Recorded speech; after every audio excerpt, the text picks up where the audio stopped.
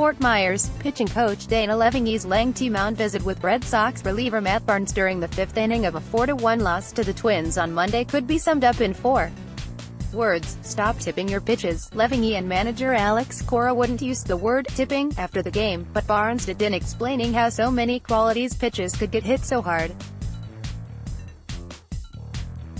Barnes surrendered 2 runs, 1 earned, on 2 hits.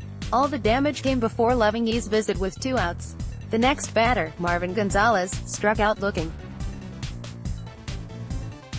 Barnes initially said he wasn't going to say what simple change he made at the behest of LeVangie, but when asked for specifics later in the interview session, he elaborated. "I was tipping pitches," Barnes said. "I was tipping. He told me, and I was able to fix it right away. It doesn't matter how good your stuff is, if they know what's coming, it's going to get hit. I feel like stuff-wise today was great, and then the swings I got on pitches following the mound visit were more in line with how I felt about my stuff." LeVangie explained why he made the trip to the mound.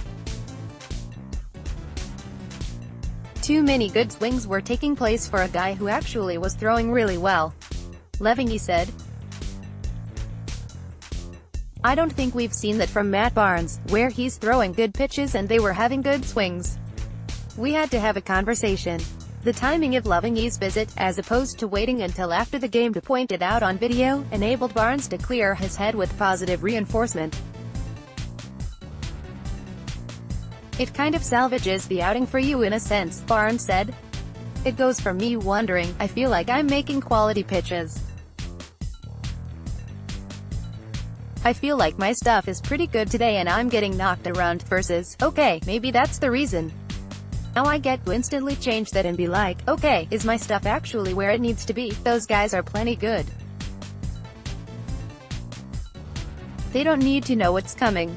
It makes your life a whole hell of a lot harder. Knowing the cause of it makes it a lot better." It does. Barnes said he might fall into tipping pitches once or twice a year. Guys are watching so much video now. Everybody's constantly looking for an edge, right?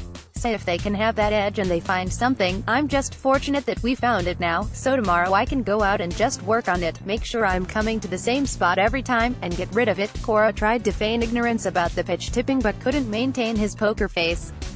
"Oh, he said that," Cora said. "Oh, I don't know anything about that." Then the manager put his head down, burst out laughing, and said in an incredulous tone, "He said that." Oh well, the manager would have preferred Barnes keep that a secret. Eovaldi, 1 bad inning, 3 good ones, throwing 99 miles per hour from the outset. Nathan Eovaldi was tagged for 2 runs in the first, then threw 3 shutout innings and headed to the bullpen to finish his allotment of 75 pitches. "My arm feels great," said Eovaldi, who allowed 2 earned runs on 4 hits and a walk. He struck out 3.